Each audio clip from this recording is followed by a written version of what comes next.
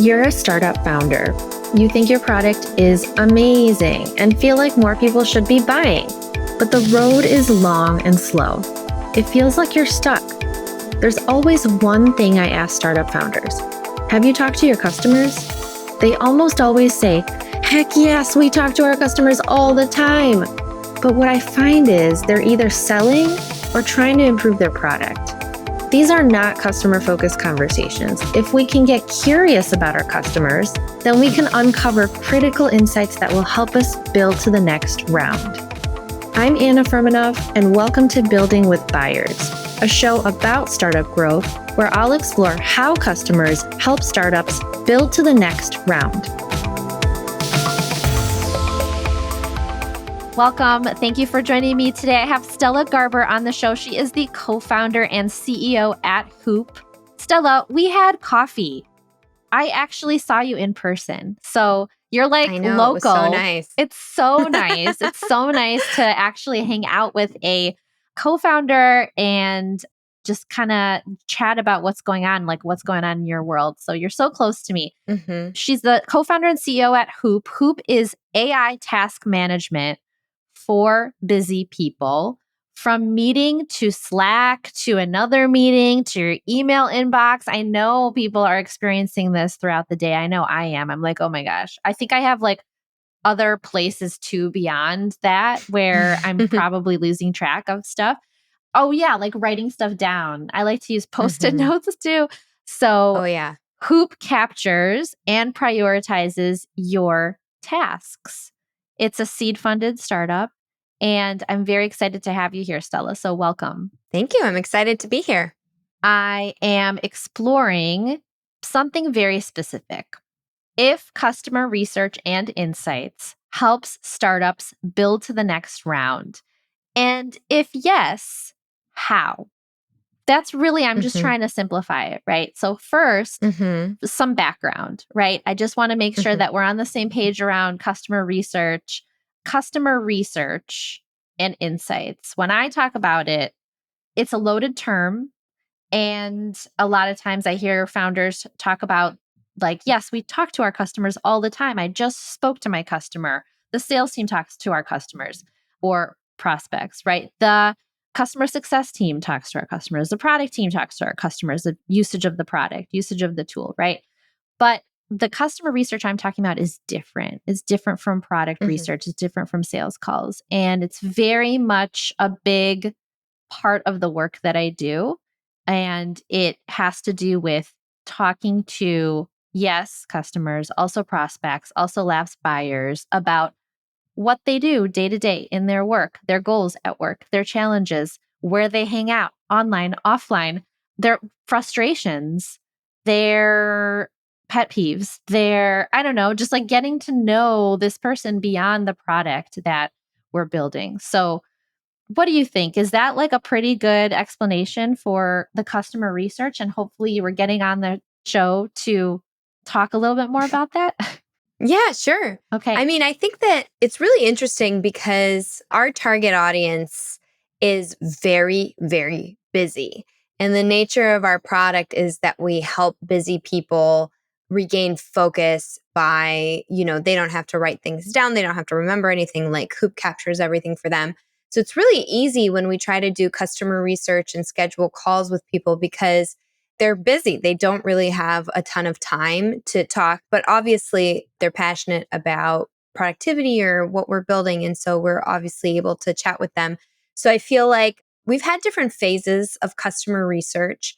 I think initially when we were just getting started, we talked to a lot of knowledge workers. So people who we thought would be a target audience and did exactly what you were saying in terms of trying to really understand what the biggest challenges were for them and who they are. And so I think that that really informed our positioning. And even before we built a product, those conversations helped us understand the direction that we should go in and really just to make sure that we would be building something that people would buy and would resonate with them.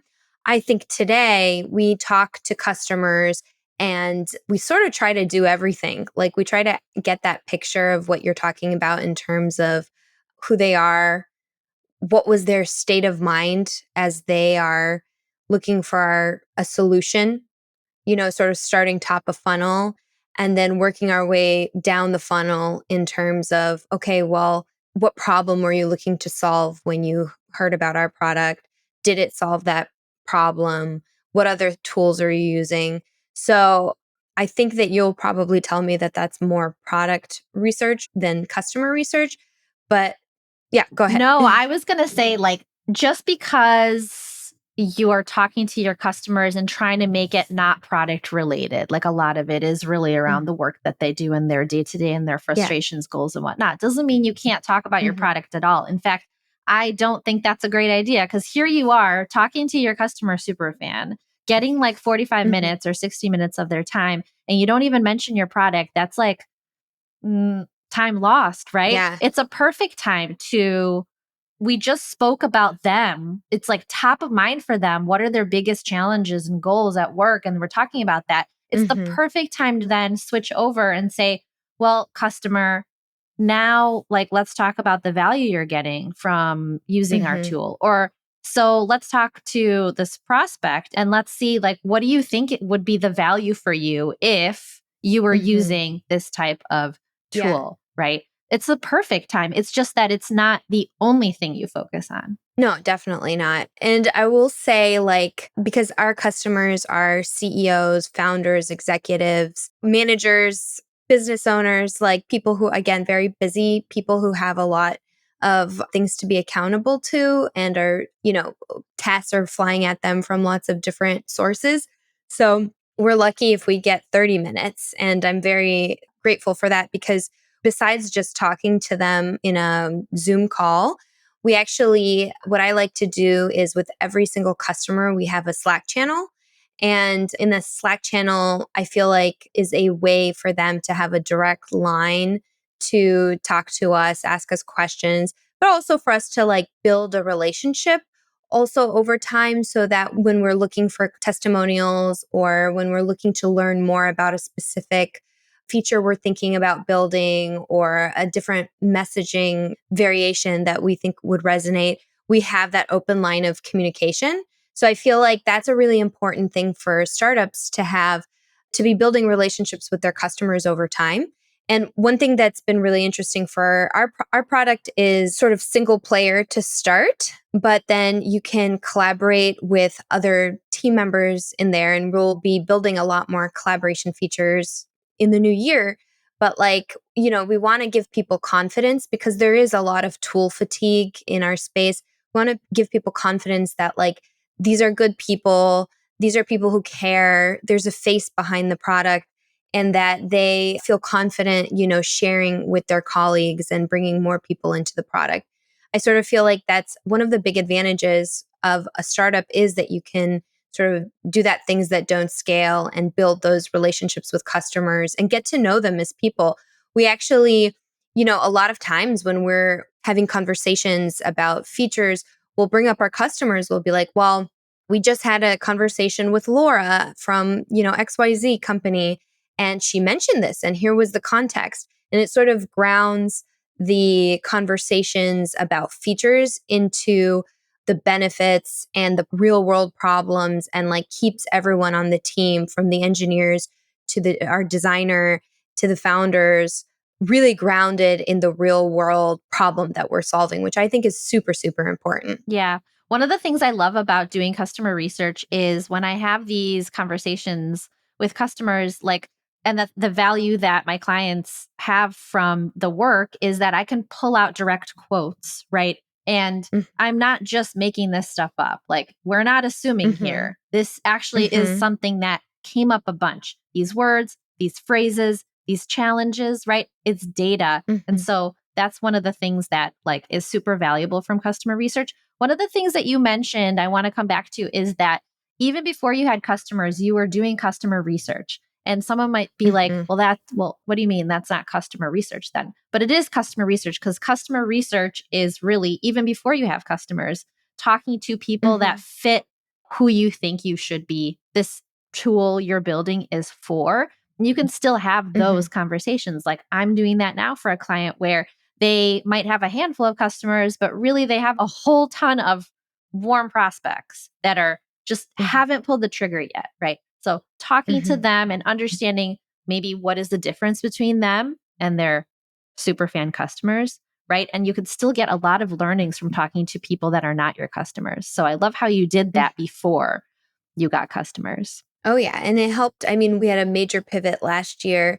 And I think that having those conversations and having those relationships and the deep understanding gave us a lot of confidence in making like a very big business and product transition. So the closer that you are to your customers or who you think your customers are, I think just at the end of the day, you're solving a problem for somebody or for a group of people. And the more you can really center the team around that and have empathy, like that's really what I think excellent product building, product development, and marketing and just everything is all about empathy. It's like you know me, Stella, even though we met maybe like a few weeks ago. It's I talk about empathy all the time and like how could you truly empathize with someone if you don't talk to them? If you don't talk to them about Mhm. their day-to-day, their challenges, their frustrations, you can't really empathize with that person. So, awesome. Go ahead. I was just going to say, and I think that there's so many really interesting applications of that. So we're experimenting with paid acquisition right now. What we do, just sort of from a tactics perspective, is we try to get on a call with customers, at least like I'm reaching out to customers all the time. And so we'll record those conversations, assuming obviously with consent from the customer. And like you said, I'm pulling out quotes, pulling out feature requests, but I'm also pulling out like ad copy and honestly, some of our best copy on our website have come from things that people have just said, either in an interview or in a Slack message. And you can always tell when it sounds like it's something that someone said versus just copy. And I feel like that tends to be more performant than just like copy that I'm making up. Absolutely. You're pulling it out of their mouth, right? You're literally just like taking the words that they're using. Mhm. You were talking about pivoting. Can you tell me a little bit more about because this is interesting. Like you're doing research, you figure out something, like take me through that time when you decided based on some research you did that you needed to pivot. What was that all about? Yeah, so we initially were building a product for teams to help with decision making. And we spent like, I want to say we spent close to a year on that idea, maybe even a little bit more. Just, I mean, counting also hiring and fundraising and all of the sort of business formation stuff that takes a while.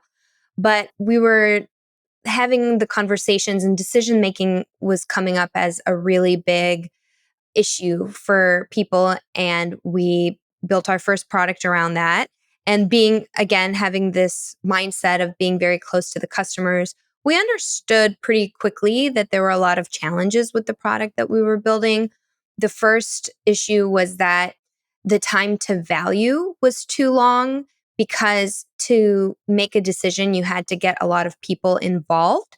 And so those people had to believe that there would be value and it's sort of like the chicken or an egg thing. Like you want to see the value before you share it with other people, but with something like a decision, you can't. And so that was a real challenge. The other thing that we kept hearing again and again was like that there's just too many tools. People are feeling overwhelmed, underwater. So we were seeing very little adoption from a group because of that. Like we would get one champion who really loved the idea, but then like the other people were so underwater that they didn't want to add another tool to their workflow. And so that helped us think like, well, wait a second, if we can't solve this decision thing, maybe we can help people with the feeling underwater because that's the thing that keeps coming up over and over again. And most of our team had experience. Many of us worked together at Trello before, which is a project management tool, and ChatGPT had just come out and we were using the API to build AI features into our decision making tool. And I was like, what if we think about this? I'm overwhelmed. There's so much going on. I can't keep up. Plus AI, plus our experience building Trello. Like, what might that look like? And that was essentially the pivot. Our idea was, well, what if you could use AI to not have to write any tasks down? What if you just had it sort of integrated into your tools and in your meetings, could it just create your task list for you? And so that was the idea that we pivoted into. And the customer research really helped us have confidence that this was a real problem that we were solving for people. And it was sort of a night and day difference after we pivoted into that idea, because the people were not just, oh, this sounds interesting, like maybe I'll try. And it was like, I need this right now. Here's my money. So it was definitely went from a pull to just really strong demand. Love it. Okay, that's really cool. So, one of the things I think about is what do you get from doing customer research and Hmm. having that empathy and talking to customers or prospects around their goals and challenges? And so, from your experience, it sounds like completely pivoting your product, right? Like you could have been stuck with that other tool and like struggling, but you pivoted because you do this research and you find that, people keep repeating this challenge and like maybe there's something to it and there are market Hmm. dynamics going on here. And what if we built this other tool that people maybe might need more because we're struggling to get like the team to use it? So that's really cool. And so what are the other results that you've kind of seen from doing customer research? Like, where, based on your goals with doing it, where else does it Hmm. impact? Well, I would say similarly to what you just said, I think one thing that happens is you tend to hear the same thing over and over and over again after you've had enough conversations.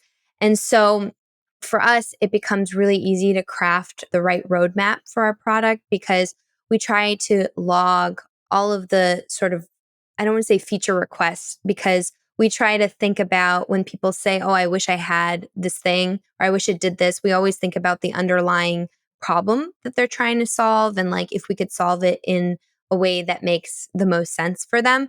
So we're always logging those types of questions or those types of requests in a way where when we sit down and think about what should we build next, the number one thing that we're thinking about is what are people telling us? What problems are people telling us that they want to solve with our product? And I think that's like probably the most helpful thing, because what we want to be building is what our customers want to be buying and sticking around for and telling all of their friends about, and coworkers, etc. So I think it really helps us stay on top of what we should be building. Totally. Okay. That's why, like customer research, some of it does overlap into product. And I'm not saying that it shouldn't, right? You should definitely tie it back Hmm. to product and how to improve it and the problem that you're trying to build to solve for your target buyer. Totally.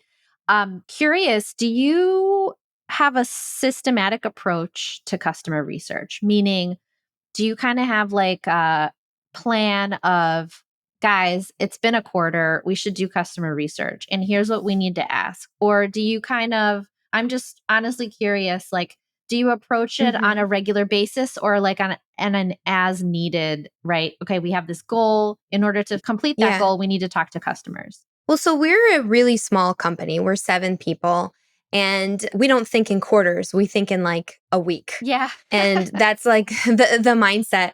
And I totally get that, because I used to work at bigger companies and with dedicated customer insights teams. So I totally understand. So I feel like there's a little bit of yes or both, where I try to make sure that there is a regular cadence, like multiple times a week, we're having these calls or conversations with customers. And we try to root it in what are we trying to learn this week, but we're also just trying to also understand, like, there's a lot of the same questions, which is, how did you hear about Hoop? What was your mindset when what were you thinking when you came to the website? What problem were you trying to solve? And then, what were you expecting after you purchased the product? Did we meet those expectations? So I feel like there's some real basic questions that we are trying to ask all the time. And then there's also a basic amount of learning, like what's your role? What's the size of your company? What are your biggest problems? And then we might have like a couple of questions related to something really specific that we're trying to learn about. So it might be related to which tools people are using that we need to integrate into our product, or how they're thinking about email, for example, when we're building the email integration. So we are like, I would say we're fairly systematic about it, but we're also a startup. And there's a lot of like, we're just making it up as we go along and changing things along the way. The most important thing is the regular cadence of communication and outreach. Totally. Do you ever ask customers, like, why do you think Hoop can change your life? Do you ever ask a question like that? I think that's maybe the closest we get to that is like, what problem were you trying to solve with Hoop and what did you expect it to do? I think there's this interesting moment that we're in right now where people see a promise of AI and are open to being blown away by like some magical experience that they're not used to. And so we like understand that within the first 1 minute of, not even 1 minute, like the first 30 seconds of onboarding into Hoop, we need to wow them. And so our onboarding is really trying to have those magical moments in the first like minute of them onboarding into the product.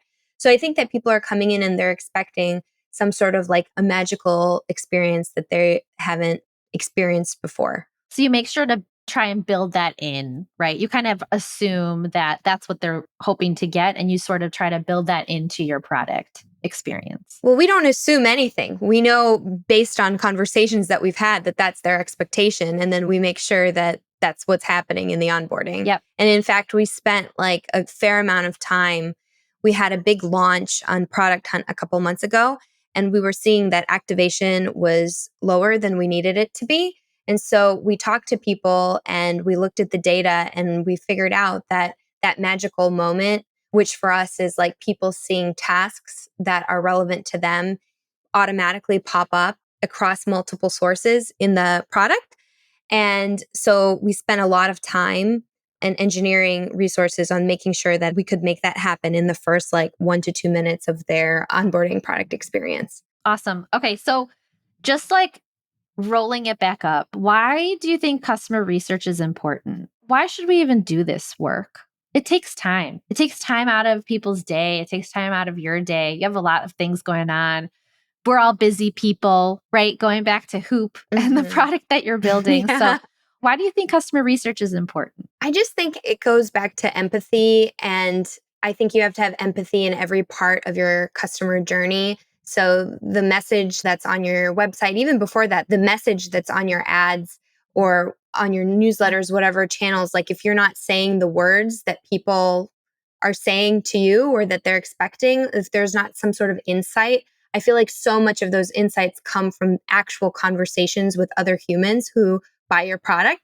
So I cannot imagine building a successful startup if you're not constantly talking to customers and that you don't have a very deep understanding of your customers. And so I think that the customer research is just a systematic way of making sure that you are doing that, that everybody on the team is doing that. We try to make sure everybody is talking to customers no matter how busy they are, or that, we're sharing recordings and people are watching those conversations, because you just have to like, it really comes back to the problem that you're solving and helping people. And I think maybe one last thing is like, it helps people be very mission driven who are working at the company.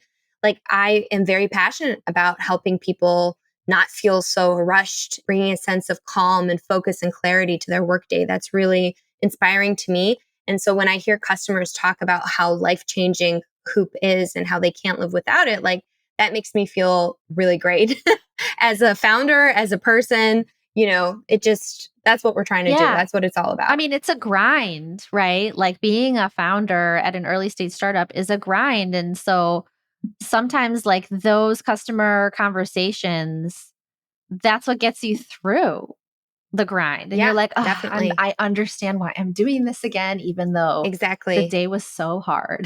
That is exactly right. Wonderful. Well, you brought a lot of peace and calm into this episode. I can just feel it oozing from you, Stella. And I super appreciate you and being on the show. And I'm so glad that you're local because it's, honestly not a lot. I've actually bumped into folks that have been on the podcast, like at Trader Joe's Mm. and stuff. So it's not Mm. uncommon, but it's few people. So Thank you for taking the time, Stella. And if anybody wants to connect with Stella, she's on LinkedIn, Stella Garber. And to find out more about Hoop, visit hoop.app. Thank you so much, Stella. That's right. This was fun. Thank you. Thanks for listening to this episode of Building with Buyers. New episodes drop weekly, so make sure you're following wherever you get your podcasts. You can find me on LinkedIn, Anna Furmanov. Visit my website to learn more about how to turn customer insights into positioning and messaging your buyers will understand. FurmanovMarketing.com. And don't forget to leave a review if you're loving the show.